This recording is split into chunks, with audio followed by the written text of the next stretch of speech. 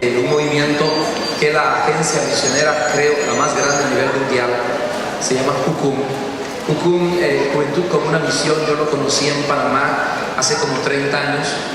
Yo era recién convertido y me acuerdo bien que algunos de Jucum llegaron de Colombia a Panamá y nunca me los olvidaré porque marcaron nuestra generación por su oración, por el ayuno, por la santidad.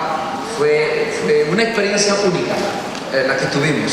Pasaron los años y estando aquí, Dios me permite conocer al líder de Jucum que está aquí en este lugar, nuestro hermano Pablo. Y yo quiero que Pablo venga un momento y nos pueda dar un saludo a esta congregación.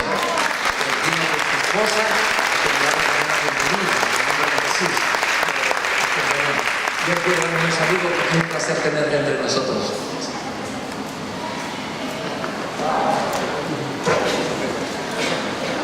Buenos días. Recién llegado de Venezuela, todavía estamos calientes. Bueno, me llamo Pablo, mi señora se llama Adriana. Adriana, levante un momentito, por favor. Qué bella, ¿no?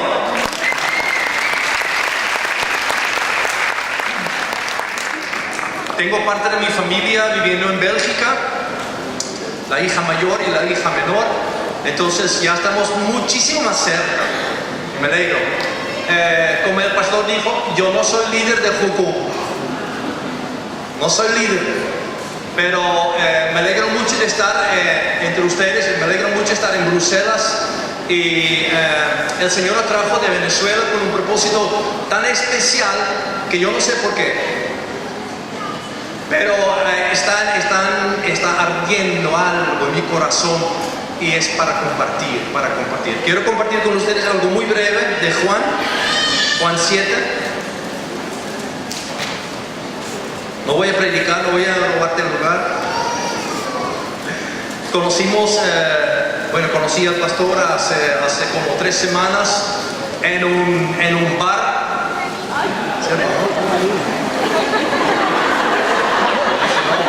Pues sí, el bar. Pero santificamos este lugar.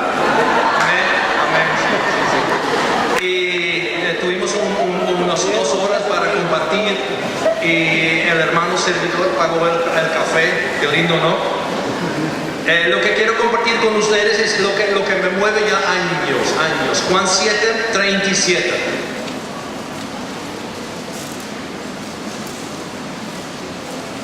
Dice aquí, en el último y gran día de la fiesta, Jesús se puso en pie y alzó la voz diciendo, si alguno tiene sed. Último día de la fiesta, todos están bien tomados, no quiero decir borrachos, pero Jesús se levanta y dice, si uno tiene sed, venga a mí y beba. No es una discusión teológica, es simplemente Jesús está invitándonos a venir a Él y beber. No tener una rompecabezas dentro de la cabeza de que sí, que no, no es domingo, pero no pertenezco a esta iglesia. Jesús está aquí y está para compartir con ustedes su vida. Vamos a recibir este culto así. Señor, quiero más y más de ti. Amén. Bueno, estoy trabajando con Jucum, por cierto, y comencemos en septiembre. Estamos aquí en Venezuela desde junio y bueno, mucho evangelismo y compartir. Mi señora trabaja en un colegio con niños, igual compartiendo de la Biblia y estamos llenos de expectativas. Dios les bendiga. Gracias, mi hermano, que el Señor te bendiga. Invito a que cerremos nuestros ojos y oremos al Señor y que el Señor nos pueda indicar su perfecta voluntad a través de su palabra en todo lo que tengamos que hacer. Cierra tus ojos un momento, ¿sí? Y oremos y adoremos al Señor por un momento, porque el Señor está aquí. Y al estar aquí delante de ti, te adoraré, postrado ante ti, mi corazón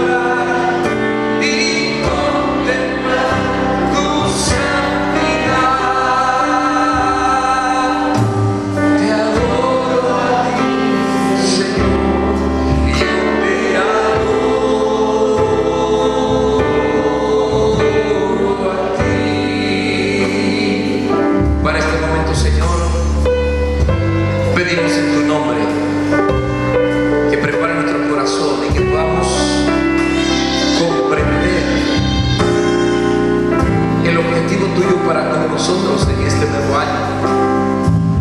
Y nosotros sencillamente estudiaremos tu palabra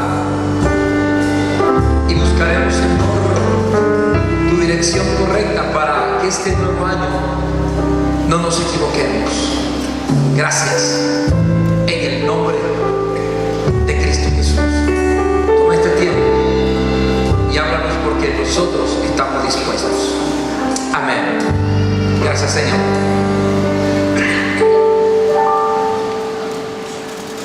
Hoy queremos culminar el pensamiento del último domingo del 2013. ¿Hacia dónde nos dirigimos? Es un año de muchas expectativas. Algunos proclaman un año de mucha prosperidad. Algunos declaran que este año toda la iglesia será millonaria. Otros están proclamando que nos preparemos porque el Señor viene y que este año se mira como un año con muchas adversidades y muchas luchas, muchas crisis. Pero independientemente a qué pueda acontecer en Bélgica en el 2014, ninguno de nosotros debe desviar su mirada de la dirección que el Señor tiene para nosotros. Sea que haya prosperidad o no, sea que las cosas caminen en una manera muy placentera o todo se complique, que la crisis se multiplique o que sencillamente toda la crisis económica sea superada. No importa lo que ocurra, los que conocemos a Jesús y los que hemos entendido el reino de los cielos, no podemos desviarnos del propósito de Dios. La semana pasada vimos uno de ellos y lo aclaramos, quiero mencionarlo primeramente. Y es que bíblicamente el propósito de Dios como prioridad es que al ser salvo, tú y yo logremos la imagen de Cristo. Más que un ministerio, más que una función, el Señor quiere en ti y en mí una transformación. Porque es tu vida transformada a la imagen de Cristo lo que permite al Señor cumplir aquel mandato donde Él dijo aquella declaración: vosotros sois la luz del mundo. Y somos la luz sencillamente porque reflejamos la imagen de Jesús. En aquella ocasión vimos Efesios capítulo 4, del 11 al 13, que quisiera leerlo nuevamente, donde nosotros debemos recordar que el propósito de Dios con su pueblo, después de ser salvo, es que precisamente crezcamos en el conocimiento del Señor Jesucristo hasta alcanzar la imagen de aquel que nos redimió, que es Jesús. Y si bien es cierto, el texto también habla de una función. En toda la Biblia, en el Nuevo Testamento, se marca el interés de Dios de que tú y yo crezcamos hasta que nos parezcamos cada día más a Jesús. E hicimos una pregunta la semana pasada, mirándote a ti mismo como si estuvieras frente a un espejo. ¿En qué me parezco a Jesús? ¿Sí? Y no hablamos del físico, porque al final del camino, ¿quién podría decir cómo fue Cristo físicamente? ¿Fue rubio, ojos azules como lo presenta Hollywood? ¿O tuvo el pelito parado como nuestros indios, verdad? ¿O fue negrito? ¿Cómo fue Jesús? La Biblia no lo describe, pero la Biblia describe la imagen de Dios, porque Él era Dios mismo. Y Efesios capítulo 4, después del versículo 11, hablar de los ministerios, señala el versículo 12 la razón del ministerio. Observe: a fin de perfeccionar a los santos. ¿Quiénes son los santos? Nosotros somos los santos. Para perfeccionarlos, para la obra del ministerio, para la edificación del cuerpo de Cristo. Y dice: hasta que lleguemos primero a la unidad de la fe, del conocimiento del Hijo de Dios, a un varón perfecto, a la medida de la estatura de la plenitud de Cristo. Definitivamente que el plan de Dios como prioridad no se va a cambiar. Dios desea que tú y yo alcancemos la imagen del Señor y que cada día los frutos del Espíritu Santo se desarrollen en nosotros, porque el carácter de Cristo se manifiesta al momento en que los frutos del Espíritu Santo toman más fuerza en nuestro ser. Es un proceso, no es de un día para otro, mas sin embargo, el fin de Dios y del Espíritu Santo con usted y conmigo con prioridad es que cada día crezcamos en el conocimiento de Dios y que alcancemos su imagen y su perfección. Es allí donde han habido muchas crisis, porque ha habido personas que aún han abandonado el camino del Señor, porque en algún momento determinado alguien llegó a declarar, o él llegó a decir que no le daban oportunidad al ministerio, y hasta se apartó de la fe. Y si se apartó de la fe porque no le dieron un ministerio, fue porque nunca entendió la razón por la cual Dios le llamó. Cuando Dios forma en ti el carácter de Cristo, tu función por sí sola se va a desarrollar, porque ese es el propósito de Dios. Si el carácter de Cristo se forma en ti va a abundar el amor, y si en ti está el amor de Dios, habrá pasión para ganar los hombres para Cristo. ¿No le parece? Habrá el deseo de extender la mano al caído. Habrá capacidad para soportar a los débiles, porque Él no dará su paciencia y la fe y la seguridad de la eternidad. Pero nosotros no debemos olvidar cuando nos preguntamos hacia dónde nos dirigimos este año. Y usted no puede quitar de su corazón y de su mente esa meta. Señor, yo debo seguir creciendo en el conocimiento de Dios. Éxito no es comparar tu vida con lo que has alcanzado con lo que otro alcanzó. Éxito es cuando comparamos lo que hoy somos con lo que fuimos hace un año atrás. ¿Somos mejores? ¿Tenemos el carácter de Cristo? ¿Cuántas almas hemos ganado para Cristo? ¿A cuántas personas le he testificado de Jesús? ¿Cuánto tiempo dediqué al ministerio este año que pasó? ¿Qué hice por el reino de los cielos? ¿Soy mejor ahora? En nuestra congregación pueden contar conmigo porque tengo la disposición de hacer algo para el reino de los cielos. ¿Hacia dónde nos dirigimos en el 2014? Ponga allí como meta alcanzar y perfeccionar mi vida conforme al plan de Dios para parecerme a Jesús de Nazaret. No quiero parecerme a ningún gran ministerio, no quiero predicar como otro predicador, ni quiero tener lo que otros tienen. Mi meta debe ser hacer la voluntad de aquel que me compró a precio de sangre. ¿Cuál es tu meta para este año? Coloque allí esa meta. Este año debo crecer. Si no he desarrollado comunión con Dios, si Cristo no viene cuando finalice el 2014, debo tener una vida devocional desarrollada en mi vida. Si nunca me he dedicado a estudiar la palabra, este año debo estudiarla. Debo cruzar todos los estudios que en la iglesia nos están dando. Debo dedicarme a conocer y a entender el reino de los cielos. Crezca. El segundo gran objetivo que creo que cada uno de nosotros debe tener es que cada uno de nosotros debe de desarrollar este año con firmeza la relación con Dios. Porque cuando el apóstol Pablo habla de la relación con Dios y lo compara o lo coloca en la lista de la armadura del creyente, quiero que observe bien lo que declara la Escritura. Efesios capítulo 6 dice el versículo 18: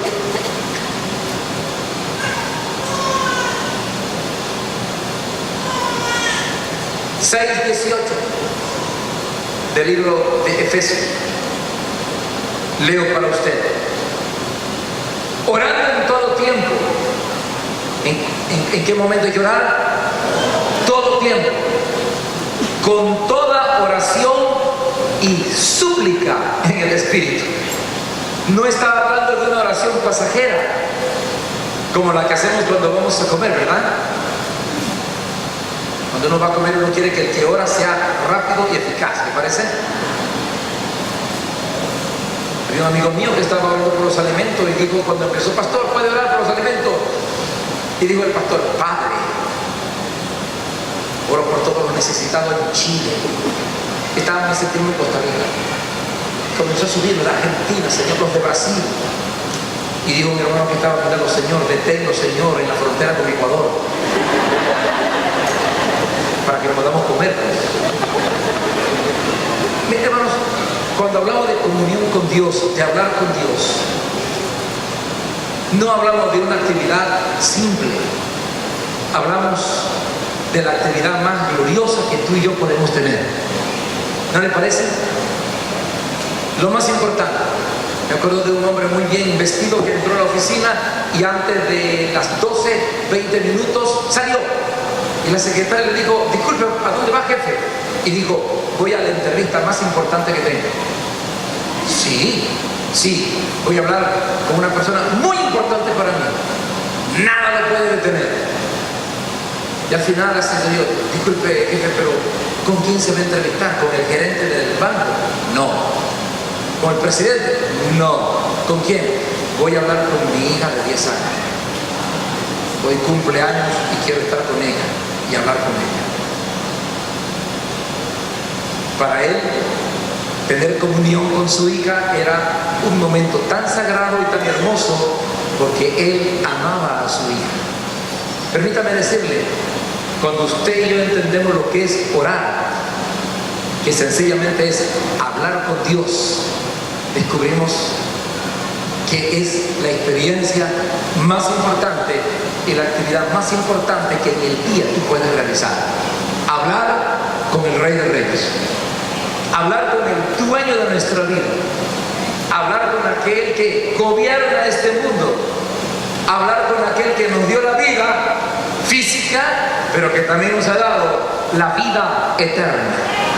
Voy a hablar con mi Creador.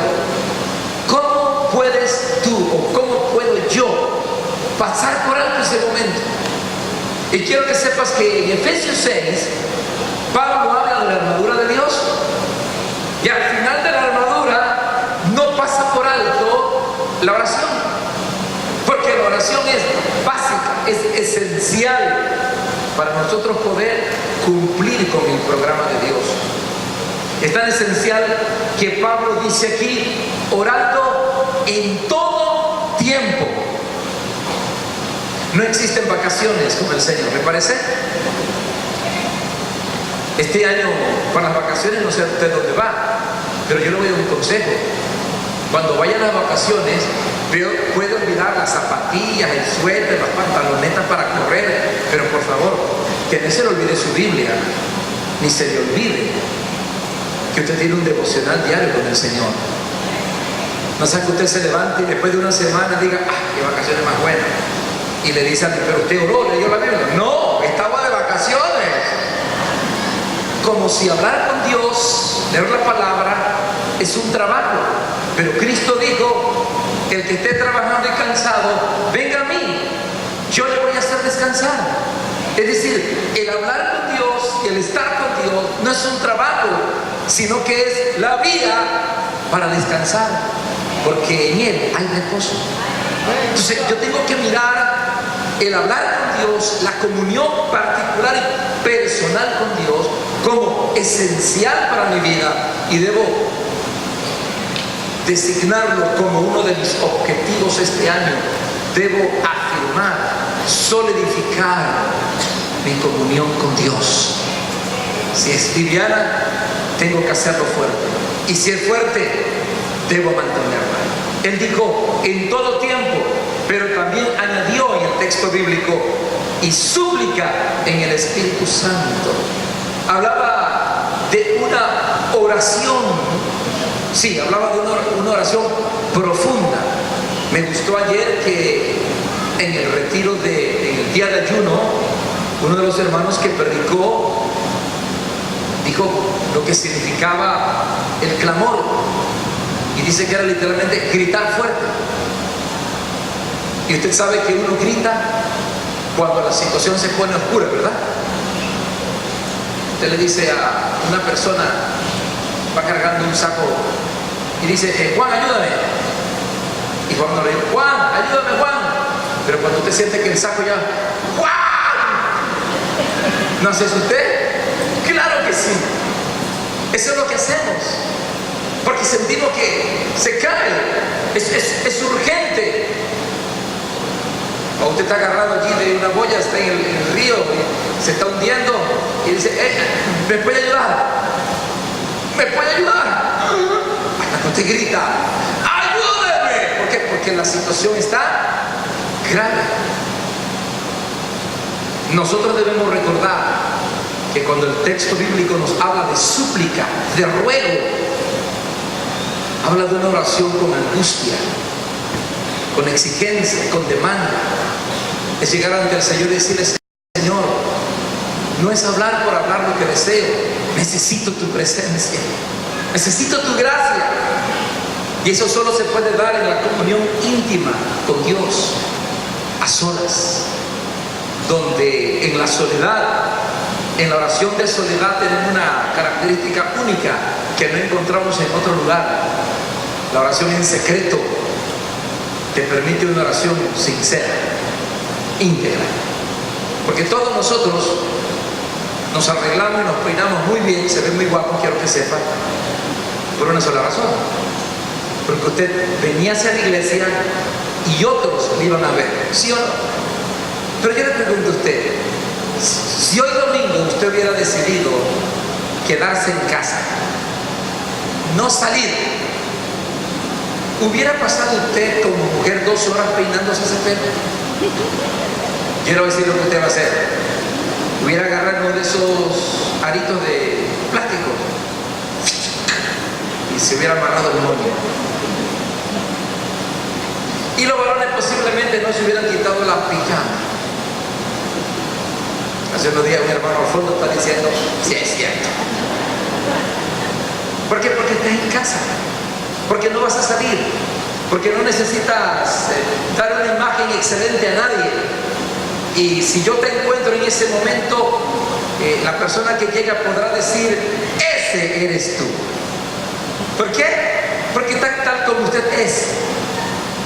La hermana no se ha maquillado, ni se ha puesto pinturita, nada. Su peinado marca tal como se levantó. ¿Cierto? ¿Por qué lo hizo? Porque no iba a salir. Porque se iba a quedar en casa.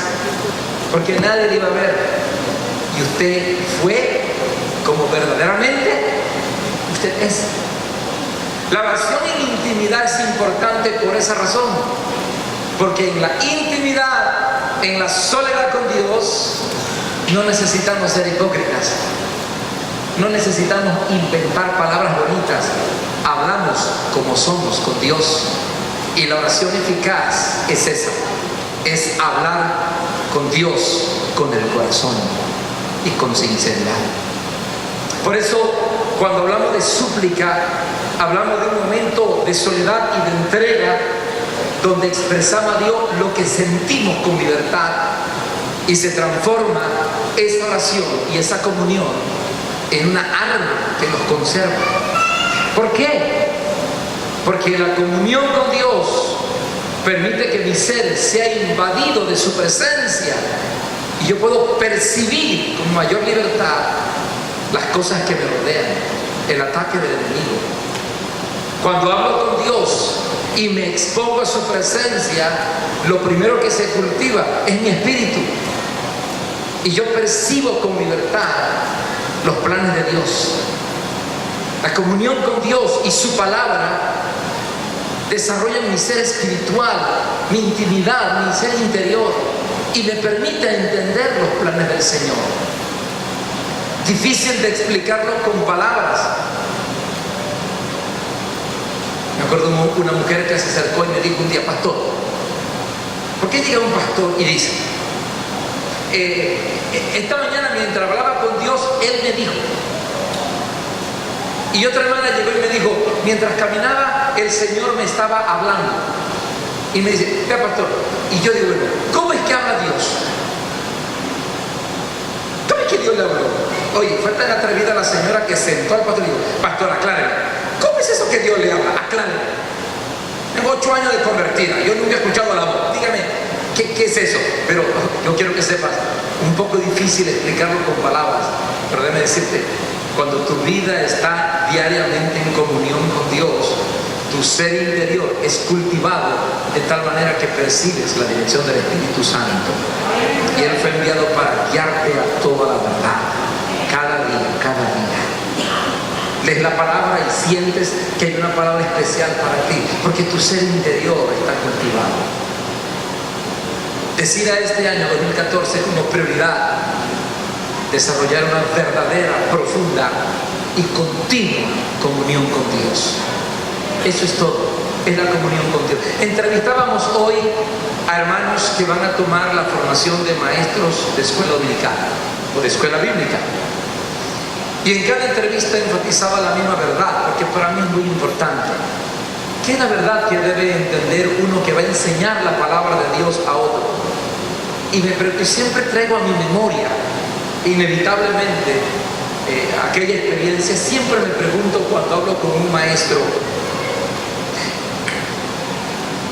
¿cuál fue mi último mensaje que le pude brindar a mi hermano Bolívar? El difunto, ¿verdad? ¿Cuál fue el último maestro que le enseñó? ¿Qué le habré enseñado? ¿Qué le habrán enseñado? Dios coloca en las manos de un maestro una hora, 20 minutos de la vida de él para que le comparta del Señor. ¿Qué le va a compartir? ¿Es consciente que estamos trabajando con valores eternos? Cuando usted está cerca de Dios a través de la comunión, empieza a mirar las cosas a su alrededor y empiezas a entender los valores que te rodean, los valores eternos que están a tu alrededor, y empiezas a luchar por las cosas eternas de acuerdo a la palabra del Señor. Este es un año importante. Europa se caracteriza porque usted no tiene que salir para saber lo que están vendiendo en la calle todos los días. Yo todas las semanas lleno una caja así de propaganda. Usted, propaganda de todo tipo: macro, Cora, ropa, zapatos, comida, todo.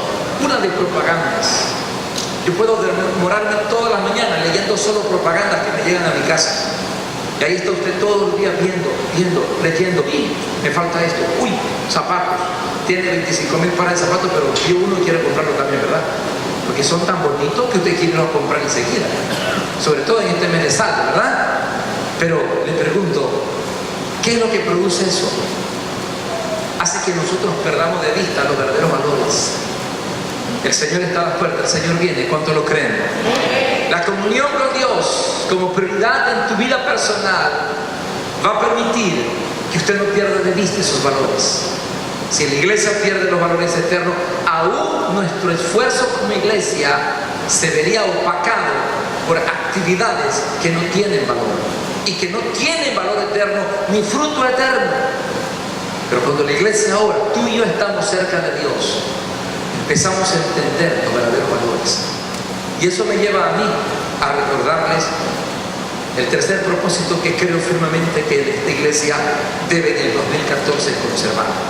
Y es que con urgencia debemos fortalecer dentro de nuestro ser el compromiso misionero. En todos los niveles, en todas las áreas. Una prioridad para nosotros como iglesia es la necesidad de poder compartir el Evangelio hacia los demás y de hacer todo lo que está a nuestro alcance para alcanzar a los hombres para Jesús, porque el tiempo termina y porque es la prioridad para el Señor cada día. Escuchaba un hombre hace un día decir en la predicación que los predicadores están utilizando los acontecimientos del tiempo del fin para producir miedo a la iglesia y que están tratando de manipular la mente de la iglesia con conceptos de fracaso, de destrucción que se avecina. Y él dijo, y pasan los años y nunca llega nada. Increíble. Y yo decía, pero ¿cómo este hombre puede hablar de esa manera?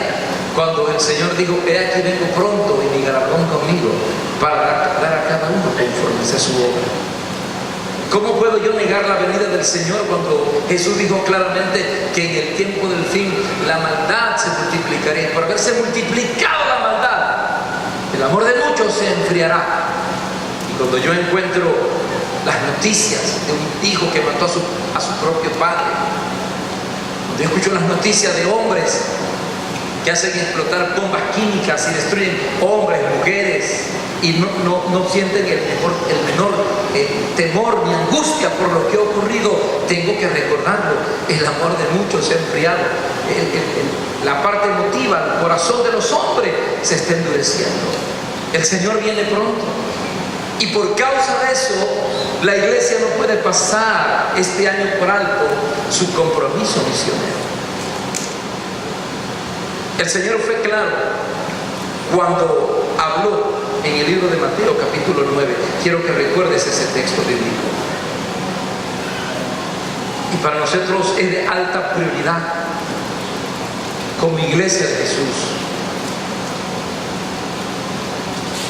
que este año mis fuerzas aportar para que de alguna manera los que me rodean, mis familiares o en los proyectos de la iglesia, podamos extender el reino de los cielos, porque el Señor está a las puertas y porque es una prioridad para la iglesia. Y una cosa quiero que tú sepas, iglesia: el día que nuestra iglesia, el día que nosotros dejemos de invertir en la obra misionera, ese día va a empezar nuestra caída y nuestro estancamiento.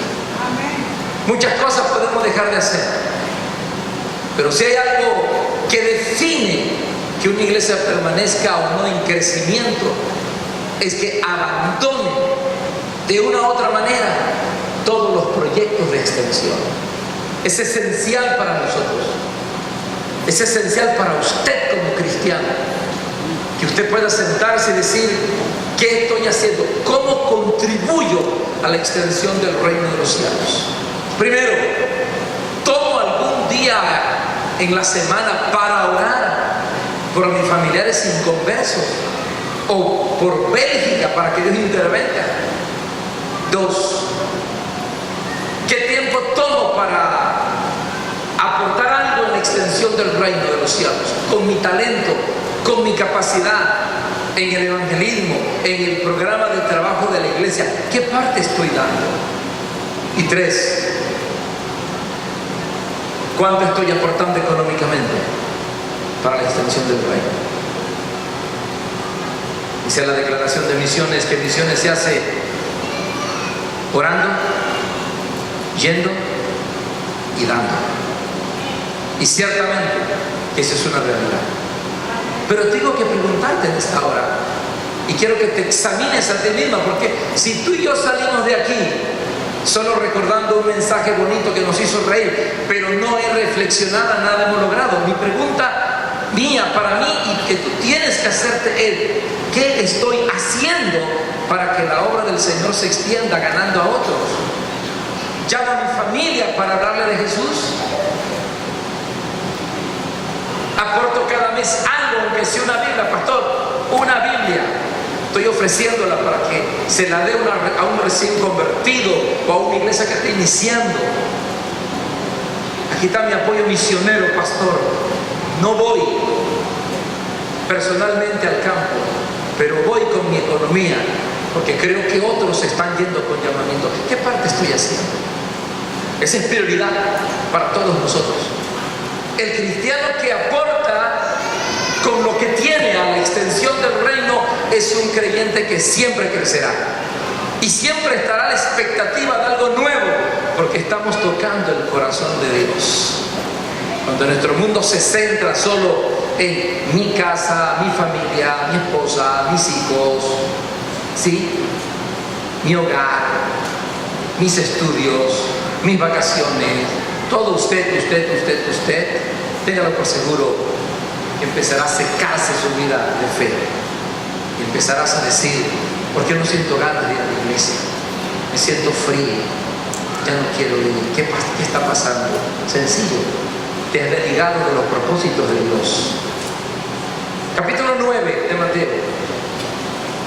Quiero que observe bien todo el texto y observe la manera en que el Señor se expresa en este texto bíblico en cuanto a la obra del Señor. Versículo 35, 9:35.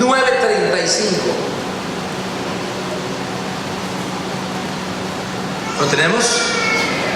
Recorría Jesús todas las ciudades y aldeas, enseñando en la sinagoga de ellos, predicando el evangelio del reino y sanando toda enfermedad y toda dolencia en el pueblo. Observe que Cristo desarrolló tres cosas importantes: enseñaba, predicaba y sanaba a los enfermos.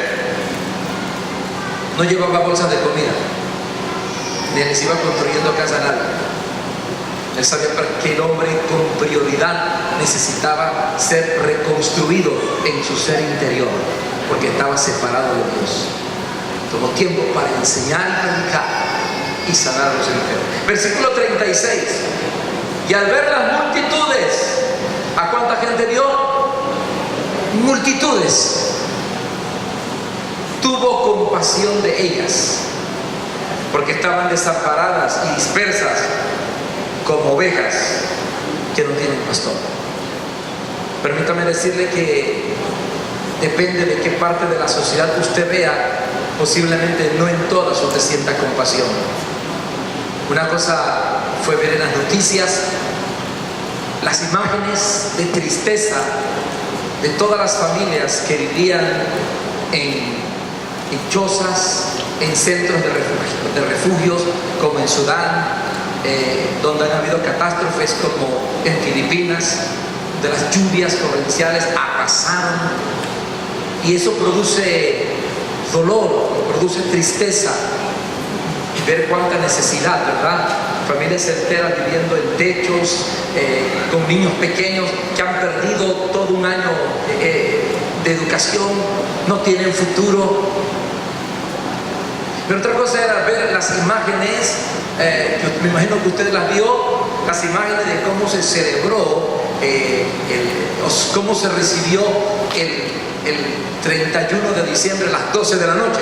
Había algunas escenas, o cualquier cosa podía sentir usted, en principio, menos compasión. ¿No le parece? Todos riéndose, bien vestidos, todos con copas, comiéndose 12 uvas, son, ¿verdad? 12, corriendo. Muy particular eso en España. En Panamá no comemos no 12, sino todas las que encontremos, que no tenemos esa costumbre. Allá sí se comen 12 uvas por los 12 meses. Eso no, bueno, no es pecado tampoco, que quede claro. Es una forma muy particular de ellos y eso no es problema. Como nosotros no la tenemos, todas las uvas que encontramos nos las volamos, que sean 25, ¿verdad? Pero si usted ve esa escena, lo menos que usted va a sentir es dolor, en principio, porque están bien vestidos, están comiendo, están cenando. Pero permítame decirle,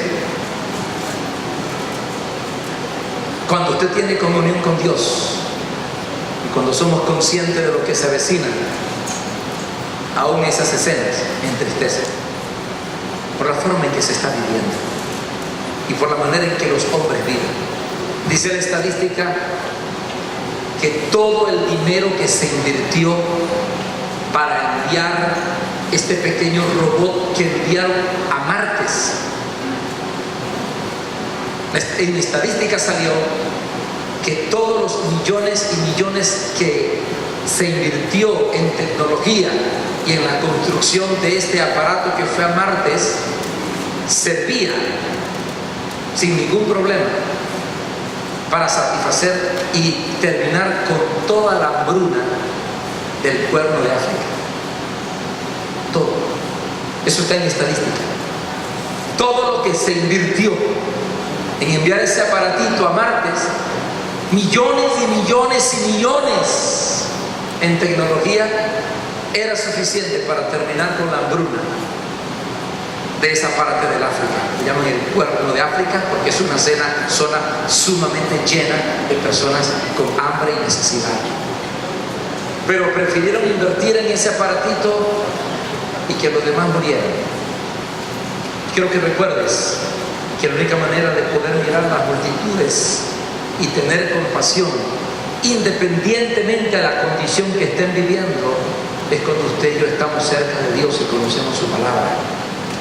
Y parte del problema y del ataque de Satanás es entretenernos y tenernos tan afanados en lo terrenal que se nos olvidó que el Señor está a las puertas y que cada hombre, con dinero o sin dinero, tiene tiempo límite en esta tierra y tendrá que dar cuentas a su Creador. Dice el texto bíblico, versículo 36, al ver las multitudes, tuvo compasión de ellas, porque estaban desamparadas y dispersas como ovejas que no tienen pastor. Y versículo 37, entonces dijo a sus discípulos, ¿a quién les habló?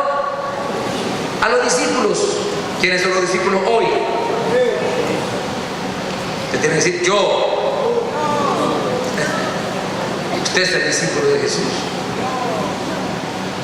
Él le dijo, a la verdad, la mies es mucha, hay mucho que hacer, pero los obreros, ¿cómo son? Pocos. Mucho trabajo, poca gente. Y dijo al final el camino a seguir. Quiero que lo observe, porque si esa frase yo la dejo hasta allí, no resuelvo el problema.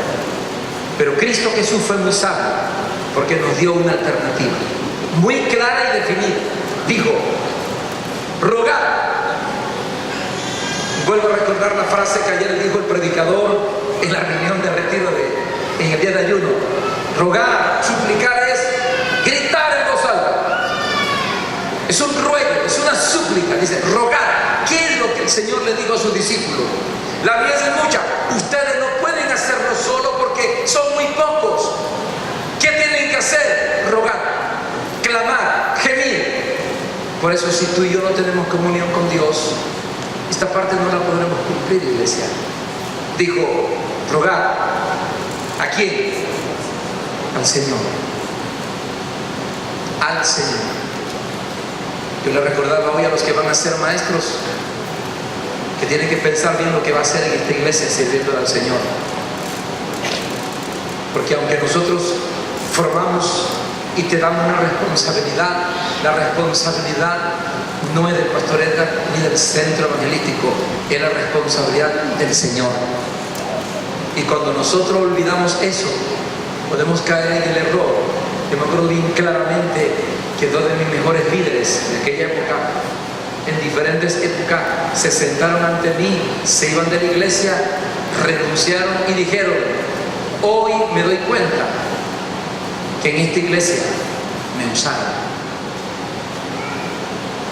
Y yo le dije, no te equivocas, te usaron, solamente quiero cambiar tu declaración. Hay que hacer un cambio gramatical en la oración que has hecho. No vuelva a decir que te usaron. Vuelve a repetirlo hasta que te mueras. En esta iglesia, Dios me usó. Porque no fueron los hombres. Todo lo que tú hagas y lo que yo pueda hacer aquí, nadie me usa. Yo estoy esperando que Dios me use. Porque servimos al Señor. Eso es todo. El Señor dijo a los discípulos, son muy pocos. Yo quiero que sepas que aquí hay mucho que hacer. La estadística, la última que tuve en mi mano, pero que tengo que volver a informarme bien de cómo está la situación, pero en la última estadística que leí de Bélgica se decía que posiblemente el 1% de la población belga conoce al Señor, y somos más de 10 millones de habitantes. Eso significa que el trabajo en esta nación apenas está empezando, y la pregunta es, ¿cómo lo vamos a hacer? De hecho, usted y yo tenemos un gran problema para ganar al belga,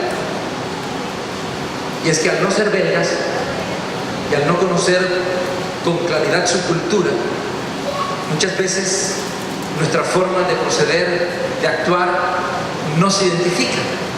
Y quizás en algunas ocasiones nos es difícil conservar a alguien de nacionalidad netamente de aquí, porque nuestra forma cultural en principio puede ser muy agradable y bonita, pero al final no es la de ellos y no se acogen, y ciertamente es así. Mas sin embargo estamos en este país con un propósito de Dios. ¿Cuántos dicen amén? Usted llegó aquí con un propósito. Y si no puede hablar bien el francés, sino que lo hablo como yo hablo frañón. Creo que no podría expresarme muy bien en francés para dar el evangelio, pero sí podemos hacer algo. En la presencia de Dios no hay lengua especial. El Señor te escuche en el lenguaje que tú hablas, y todos podemos hacer lo que el Señor le dijo a los discípulos. Hay mucho trabajo, es mucho, pero ustedes pueden hacer algo. Clamen, rueguen al Señor de la mies que envíe obreros a su mies. Todos nosotros debemos entender que el compromiso misionero solo se cumple o empieza a cumplirse en nuestras rodillas, en el tiempo secreto con Dios. Es decir, Señor, no hablo bien el francés, y aquí hay muchos, Señor, que solamente hablan francés, pero yo te puedo pedir, levanta obreros que en su lengua puedan ser usados para sacudir esta tierra con un evangelio puro y un evangelio de poder en favor de esta nación. Él dijo, rogad al Señor, y dijo que envíe obreros a su mies. Permítame decirle que el llamamiento al ministerio no lo da el pastor Edgar ni lo da esta iglesia. El llamamiento al ministerio viene directamente del Señor. Eso es todo. Él es el que produce el querer como el hacer. Yo puedo decirle a una persona muchas cosas, pero al final del camino lo menos que querrá será predicar de Cristo. Pero si es el Señor el que lo toca, aunque yo no le diga nada, en él habrá una angustia y en él habrá una inquietud, porque Dios está trabajando en él. Quizás alguien esté diciendo, necesito prepararme, pero ¿por qué? No sé, ha nacido en mí un deseo. Y uno dice, oh, ese deseo no se lo dimos nosotros, ese deseo vino del Espíritu Santo de Dios sobre su vida. Y es la respuesta de Dios al clamor de su iglesia. Yo quiero que sepas que tú y yo no podemos pasar por alto que en este año debemos cumplir al máximo con este compromiso. Quiero agradecer a todos los hermanos, a todos, que se han comprometido con misiones. Están diezmando y ofrendando firmemente en la casa de Dios, pero aparte de eso, se han comprometido a la obra misionera. Y quiero darles las gracias por su fidelidad, porque eso nos está permitiendo a nosotros sostener el ministerio en la iglesia de Basel por el momento, hasta que ellos logren totalmente su libertad financiera para avanzar. Estamos sosteniendo la nueva obra en Antwerpen, donde Dios está cada día trayendo uno a uno, están llegando, están alcanzándose para Cristo Jesús. Hay gente que está esperando que lleguemos allí, y los hermanos salen cada sábado a evangelizar, pero también estamos sosteniendo desde este mes que viene a nuestro hermano Manfredi, que está saliendo para El Salvador, para integrarse a un programa misionero de alcance a esa región, y nosotros como iglesia le estamos sosteniendo a él y a su familia. Y yo entiendo que si tú y yo nos levantamos a orar como debe de ser, dos cosas nunca faltarán en esta iglesia entre nosotros. Uno, nunca faltarán hombres y mujeres que digan, Dios a mí me está llamando al ministerio y me quiero preparar porque necesito cumplir con el plan de Dios. Y número dos, nunca faltará la provisión. Hombres y mujeres que digan, no voy, pero yo respaldo porque creo en el reino de los cielos y creo que la labor principal de la iglesia no es construir templos, no. Yo doy gracias a Dios por este local, hermanos, pero permítame decirle que mi prioridad no es comprar este edificio. Ojalá y el Señor abra las puertas, pues dicen amén, para comprarlo, pero no es mi prioridad, porque cuando Cristo venga el templo se va a quedar. Los que no nos debemos quedar somos nosotros, amén. Nuestra prioridad deben ser los valores eternos, el dar a conocer el Evangelio a esta nación y a todos los que podamos. 3 cosas que tú y yo no podemos olvidar en esta iglesia para el 2014, para poder responder a la gran pregunta: ¿hacia dónde nos dirigimos? Primero, nos dirigimos este año con firmeza a alcanzar la imagen de Jesucristo, creciendo en el conocimiento del Señor. Segundo, nos dirigimos a desarrollar una comunión verdadera, continua e íntima con Dios a través de la oración, porque de eso depende mi permanencia y el cumplimiento de sus propósitos en mí. Y tercero, nos dirigimos con fuerza este año para que de alguna u otra manera, ya sea con mi tiempo, mi talento, mis capacidades, mi economía o mi fuerza, yo pueda aportar para que el programa de Dios de misiones, el alcance de la sociedad para Cristo, sea posible a través de nosotros. Creo firmemente que debe establecerse con prioridad. Voy a terminar antes que oremos con el texto que Pablo declaró en el libro de Filipenses. Y me gusta esa declaración porque el que lo declaró tenía moral para poderlo hacer. Filipenses capítulo 3.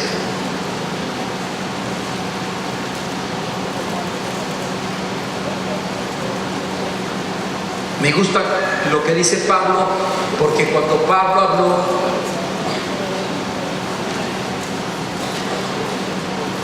habló con respaldo moral.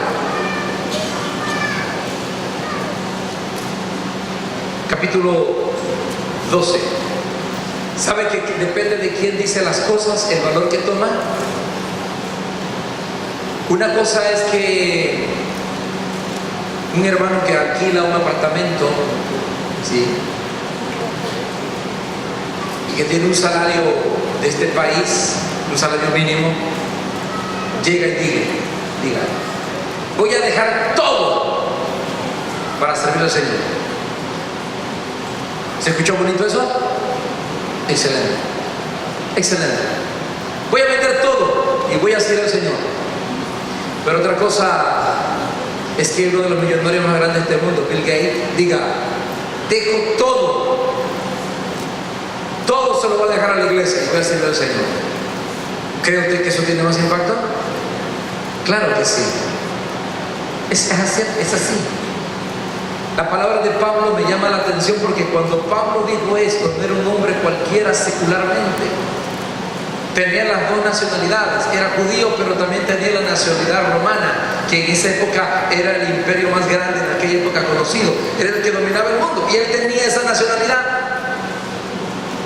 2, tenía tanta influencia en el gobierno que había logrado que se le entregara una carta donde se le daba permiso para perseguir a los cristianos. Eso no lo conseguía cualquiera, solo el que tenía influencias. Y 3, en su religión no era un hombre cualquiera. No solamente era maestro de la ley porque era fariseo, sino que era maestro de maestros, fariseo de fariseos. Es decir, Pablo no solamente se daba el lujo de enseñar la ley, de conocerla, sino que se daba el lujo de decir, yo puedo formar a otros, porque era un hombre recto en lo que creía. Este hombre fue el que dijo esta declaración. Capítulo 3, versículo 12 de Filipenses, y con ella quiero terminar. ¿Qué dice? No que lo haya alcanzado ya, ni que ya sea perfecto. ¿Qué le parece? No todo le ha alcanzado, Dios mío, con todo lo que tenía. Pero ¿cómo veía él lo que había alcanzado? Capítulo 3, versículo 7. Miren lo que dice él de lo que tenía. ¿Lo tiene? Pero cuantas cosas eran para mí ganancia, las he estimado como pérdida por amor de Cristo. Y ciertamente aún estimo todas las cosas como pérdidas por la excelencia del conocimiento de Cristo Jesús mi Señor, por amor del cual lo he perdido todo y lo tengo como por basura, para ganar ¿a quién?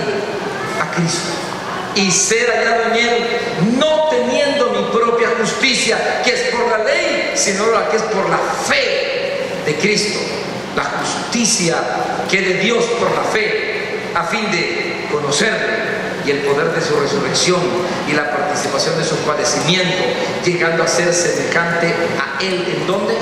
En su muerte, si en alguna manera llegase la resurrección entre los muertos. Y es ahí entonces donde Él dice, no que no haya alcanzado todo, ni que ya sea perfecto, sino que prosigo por ver si logro hacer aquello por la cual fin también ha sido por Cristo Jesús. ¿Cuál es su meta este año? Pablo había dicho, todo es basura, porque solo tengo un propósito: conocer a aquel que me llamó. No sé cuáles son tus objetivos, pero independientemente de lo que acontezca en el 2014 en este país, ya sea que te suban el salario o te lo terminen de quitar y te voten, no importa. Ya sea que prospere esta nación o que entremos en más crisis, sea lo que ocurra, que tú puedes ser como el apóstol Pablo: prosigo a la meta. ¿Cuál es mi meta? ¿Qué persigo yo en este año? Yo quiero ser cada día en este año, conocer más al Señor. Yo deseo este año levantar mi vida de comunión con Dios con mayor fortaleza. Yo deseo este año ser un mayor participante, mucho más efectivo en la obra misionera. E independientemente de todo, cada año que pasa, tanto mi esposa como yo aumentamos siempre cada año un poco más, fuera de nuestros diezmos y ofrendas, nuestro aporte a la obra misionera, porque yo creo en lo que estoy haciendo. Yo creo en eso, creo en lo que hay que hacer, en lo que hay que entregar. Vamos a orar por un momento ante el Señor, ¿sí? Vamos a orar. Y no conozco tus planes para este año. Quizás si yo pudiera revisar los planes que tú tienes para este año, puedes decir vacaciones a Estados Unidos, o viaje a Tumbal, o para Machado, o para Cali. Dicen los colombianos Cali, Cali, lo demás es Loma. No sé cuáles son tus planes. Quizás comprarte un carro nuevo, no lo sé, pero permítame decirle algo: si en tus planes tú no tienes los propósitos de Dios, hagas lo que hagas, te has desviado del propósito de Dios, y tu año puede terminar insípido, simple y vacío. Pero yo quiero que recuerdes que Dios está aquí en esta hora, y que Dios está esperando que tú tomes nuevas decisiones, porque el Señor está a tus puertas. Cierra tus ojos por un momento, sencillamente oremos un momento al Señor, porque el Señor está aquí. Y yo creo que entrando en su presencia podemos encontrar la oportunidad de decirle: Señor, necesito corregir mis objetivos y mis planes. Le decimos al borde de tu gran trono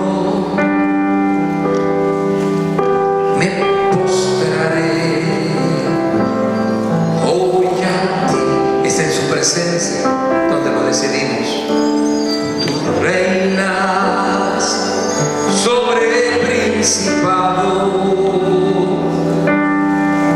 sentado a la diestra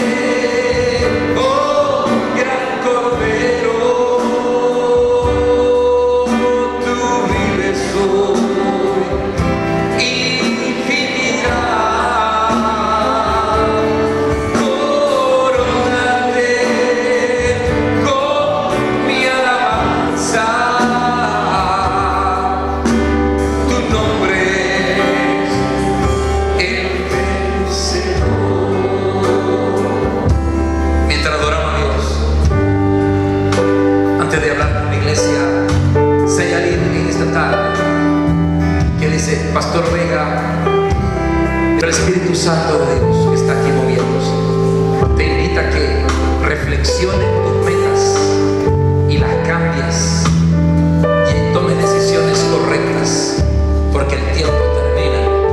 Pero hoy tenemos la oportunidad de ser diferentes. Te invito a que seas parte de lo que Dios desea. Ora conmigo. Aquel que dice: pastor, esa palabra es para mí y yo tengo que cambiar el rumbo de mi vida este año. Le invito a que levante su mano y a que ore conmigo usted. Señor, oí tu palabra. He reflexionado en mis metas para este año y necesito cambiarlas